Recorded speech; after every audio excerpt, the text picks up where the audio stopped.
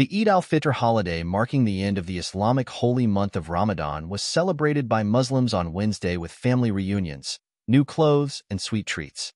In Indonesia, the world's most populous Muslim nation, nearly three-quarters of the population were traveling for the annual homecoming known locally as mudik, that is always welcomed with excitement.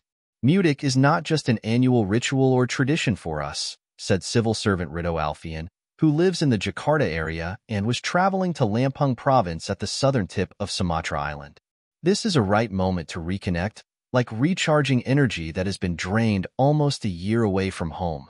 Before the Eid al-Fitr holiday, markets teemed with shoppers buying clothes, shoes, cookies, and sweets. People poured out of major cities to return to villages to celebrate the holiday with their loved ones. Flights were overbooked and anxious relatives weighed down with boxes of gifts, formed long lines at bus and train stations for the journey. In Pakistan, authorities have deployed more than 100,000 police and paramilitary forces to keep security at mosques and marketplaces. People were shopping as usual Tuesday, with women buying bangles, jewelry, and clothes for themselves and their children.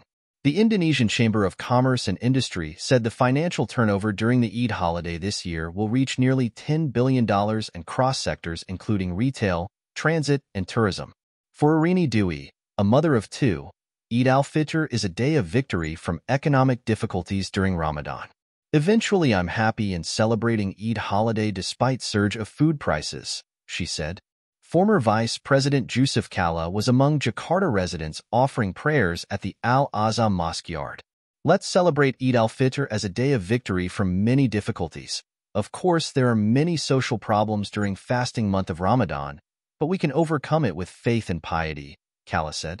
On the night before the holiday, called Takbiran, Jakarta residents celebrated the eve of Eid al-Fitr by setting off firecrackers on streets that were mostly empty as city residents traveled home.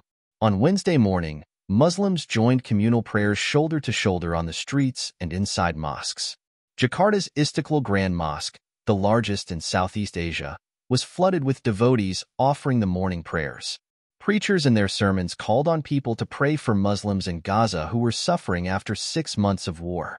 This is the time for Muslims and non-Muslims to show humanitarian solidarity because the conflict in Gaza is not a religious war, but a humanitarian problem, said Jimli Ashidiki, who chairs the advisory board of the Indonesian Mosque Council.